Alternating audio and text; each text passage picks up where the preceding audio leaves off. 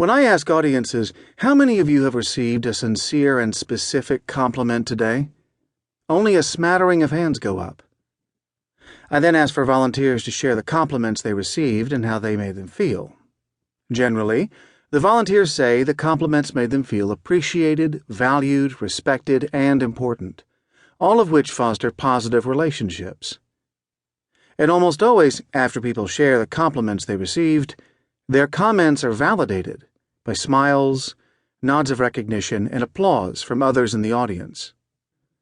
When I question why more people in the room had not been complimented that day, I hear responses such as, "People are too busy or preoccupied to notice an opportunity to compliment others," or, "When people are more familiar with each other, like in a work environment or personal relationship, it's easy to take one another for granted because you see each other every day."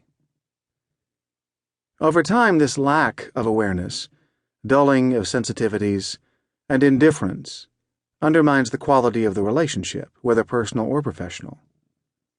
Positive relationships begin with positive interactions. It's making the choice to express genuine interest in others as opposed to appearing indifferent toward them. We must be intentional about it by actively seeking opportunities to offer sincere and specific compliments. Be attentive to opportunities to offer compliments. I'm not suggesting that you manufacture compliments in order to better serve your customers. Unlike expressing genuine interest, discussed in the previous chapter, the opportunity to offer a sincere and specific compliment does not present itself during every customer interaction, and insincere compliments are awkward. Just be attentive to opportunities to genuinely recognize a customer's jewelry, attire, hairstyle, or even the good behavior of her young children. For example, you might say to a customer, "That's a great-looking watch. Is it a Tag Heuer?" And then, assuming you have a genuine interest in and knowledge of watches, you can demonstrate your enthusiasm by adding something like, "Have you seen the Carrera model endorsed by Jeff Gordon?" The customer will appreciate that you recognized his watch, and if you are talking to either a watch or NASCAR enthusiast, your interaction is bound to make a positive, lasting impression. Recently, while I was in the checkout line at the supermarket, I had a chance to observe the cashier's interaction with the customer ahead of me. Typically, these encounters are transactional. For example, a screen displays the total, the customer swipes a bank card and signs for his purchases, the cashier presents a receipt, and the customer, 9 times out of 10, thanks the cashier, presumably for accepting his money.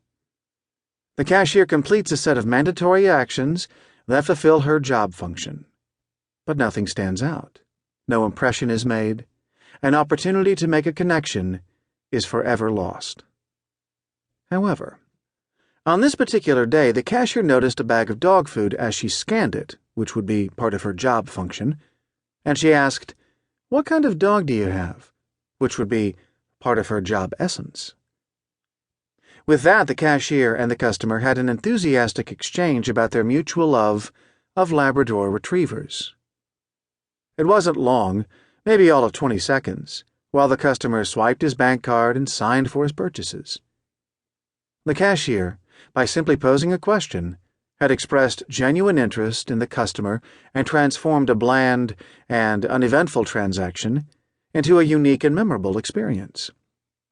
An impression was made. A connection was established. The cashier's question was voluntary and reflected the essence of her job, to create a promoter. And because questions like these aren't required, we as customers don't always receive them. But when we do, they tend to leave a lasting positive impression. Perhaps when the customer returns to the store, he will quickly scan the checkout lanes to see whether or not his friend is working, and if so, he may go out of his way to queue in her line. The cashier may even recognize him and, recalling their previous conversation, ask about his dog.